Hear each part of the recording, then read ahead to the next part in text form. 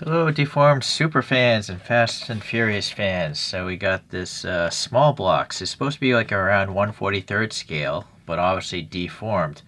Celebrating the 25th year of Fast and Furious. It's just a reminder of how old I am. I remember going to the movie theater and seeing the very first Fast and Furious. Oh boy. Anyhow, some adjustable camber on these wheels is an option. And there are larger ones and even remote controlled ones of this casting.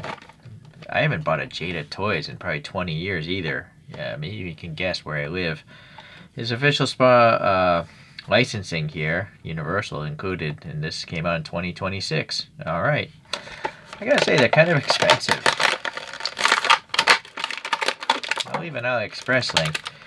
I feel they're kind of expensive, but yeah, maybe it's Trump's tariffs or something. So here's a picture of the real car. Again, idea of the deformation. It's running the 5 spokes. I think they're racing cart wheels, and so they molded that here by Jada. So very neat. Yeah, I'm a little curious. So if you really wanted to, you could go look up the width of a Supra and divide it by 37.9, and you get the rough scaling of this thing. Alright, me, I don't really care so much, but it does look around a 1/43rd scale. So looking at the side, it is a nice orange. Is it metallic? Yeah, I guess it is metallic. Very tiny flakes in there. Let me see if I can get in close on this paint. Hopefully you can see the speckling going on there. And I gotta say, the paint job's not so bad. I mean, there's some orange peel, but I've seen worse orange peel on Hot Wheels Premium, so yeah, okay. So the wheels, yeah, they're pretty close to that thing. They just don't have the actual center cap because these are like Hot Wheels style. They're just showing the stainless steel axle holding this wheel in place. Maybe I'll print my own center caps another day. It's got that weird Spartan like flying graphic. I think it was Troy Lee Designs that maybe did the graphics on this movie car. But here it's Tampo printed. This is actually a matte finish, this green I'm touching, but here it's like the glossy silver and black. So a few different paint apps going on to make that. It's great. It's not a decal, it's not a sticker. It's not gonna, go bad unless the paint goes bad underneath it. You get that little side scoop vent thing, no black paint though. But they're using a real vent to show the black plastic back here, so that's smart. I kind of wish they did it here. I think they could have had a small opening if they could have it here. All right, yeah, the rear wheel is also pretty nice. It's staggered in height and also a little bit by width. And now that we're down here, okay, so it does tell you the scale. It tells you exactly what year Supra that is, so that's nice. It's interesting it makes no mention of Fast and Furious, but I guess that's not so important. They're probably going to just come out with different colors of this same casting, which is logical. Unfortunately, well, I guess it doesn't matter if it's press fit together because I don't think you're going to do too many wheel swaps with a system like this. And since there's no actual visible interior, there's no reason to repaint it. So, well, I suppose you could paint this plastic to be blue, maybe, or something. Moving to the front, we have a nice intercooler ribbing here. No silver paint though on the fog lights. These little recesses, that's where they're orange because the car is orange, but the movie car does have orange turn signals down there. And then a little recess there. This is black with a different texture than the intercooler. Same here. So nice deep vents, really. Toyota badge in black, looks nice. And then it's really cool that you have lens covers and then a chromed light bucket behind it, right? And it looks like there's like 3 lights in there, so that's nice. It's not just a printed graphic. But sadly, the vents up here are a printed graphic. So again, I think they're just going to release normal Supras, and normal Supras don't have this funky hood, so I guess that's the wise decision. And they just totally omitted the wiper blades in this molding. I guess that's okay. The door handle is just an oval sticking out. Interesting design choice. It's weird. What? Look at this. This is a very small door handle, and that actually makes sense to me. What? Why is this so huge? this makes no sense. That's not a casting error. It's a mold error, right? They literally made a mistake in the mold where this side is huge and this side is tiny. I prefer the small one. What the heck? That is really strange. Like, how did that get past the person that made the mold? Or how did they get past Jada approving the mold for this thing? So, alright, well, be mindful of that. At least it's body colored, right? Like on the real car. But that's gonna be... that's really strange. Alright, the panel gaps there, they seem pretty nice actually. They're pretty tight actually, so that's good. And there's even panel gaps for the door frame here, so the window molding, so that's nice. Yeah, I guess you could add black paint there, but it's just going to vanish with the black window plastic. Alright, the targa top or whatever, the removable top there, panel details look good. The wing here is just raw plastic, but it's molded nice. I don't see anywhere it's sinkholes from cooling off where these ribs would be.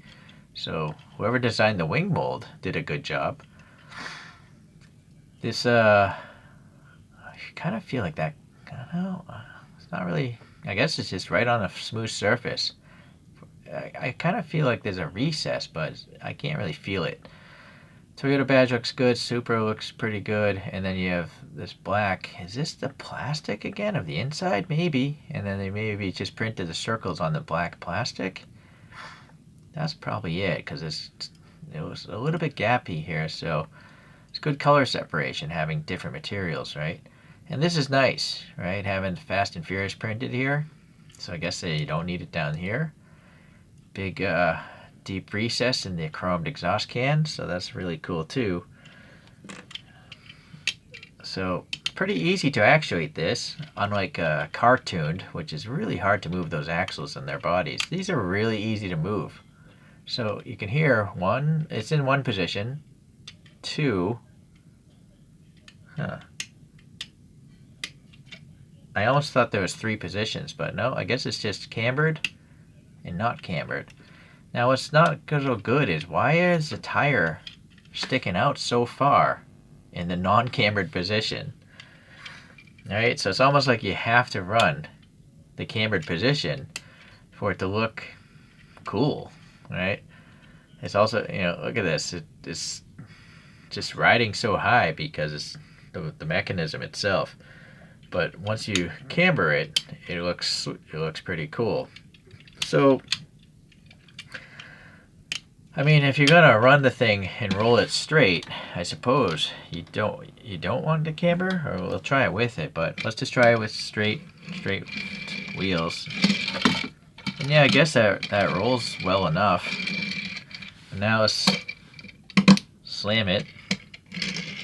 You know, it rolls just as well slammed. So I feel like this is just a worthless gimmick. It's just a waste of money, in my opinion, to have that function. I think they would have been better off just molding the plastic base with an angled axle hole and just jam the wheel at an angle and not make people pay for an extra part times 4. Yeah. I do like the cambered look. I just don't think it's necessary to have that if it's sticking out of the body so much. The only workaround would have to be like this pivoting part would have to be able to move inwards, like a sliding pivot, which could have been done actually. They could have had a track inside here, and this plastic piece here slides in and out, but still contains this pivot thing. But that's, I guess, maybe more difficult to assemble or make. But in this position like this, I do think it looks sweet. It's just missing some silver paint in the fog lights, but that's an easy fix. So here's a realistic version of this car. It says Fast and Speed. I don't really know if that's the brand that made this thing or what, but it actually has a little Brian figure in there. So I'm pretty happy with that one. Yeah, I don't recall anything majorly wrong with that. Okay, so Hot Wheels did their low-noto version, and I 3D printed my own wheels for it. So I think they did a good job, but you know, I had to paint the taillights myself. But at least they got the headlights in, because I could never paint those. It's quite small. And then Chorokyu also did their version, and it came with the specific wheels by Chorokyu, so that's good. It's kind of a matte finish. And this was specifically molded for the Fast and Furious because it has the recesses for the hood. Yeah, well done, except for the exhaust wasn't painted silver. So that's an oversight. And it has a dumb coin holder. Blocks over the rear view. Okay. Let's move these. In fact, we're going to lose that because we're talking about tuned cars.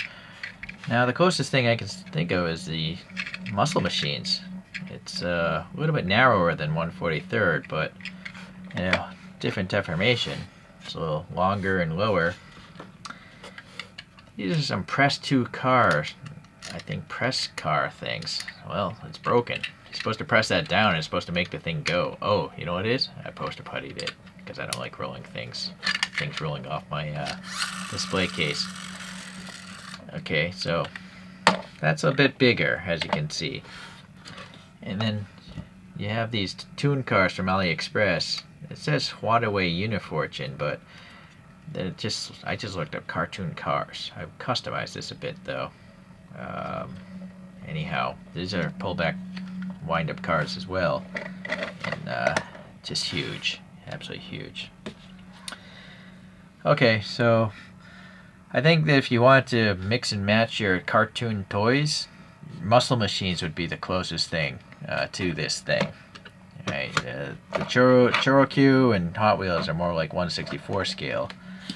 Muscle machines, I guess it's more like that. But I think I prefer this over this because I like the deformation. You know, I think I actually like the Hot Wheels the most because it's the most goofy looking. That's what I like about deformed things. Since they're so far away from reality, you can't be critical of their design. So, very good stuff, Jada. I'm going to get some of the other ones. There's 6 in the collection, so I'm going to pick some more up. And maybe I'll have some center caps to glue onto these axles later on. Thanks for watching. See you next time.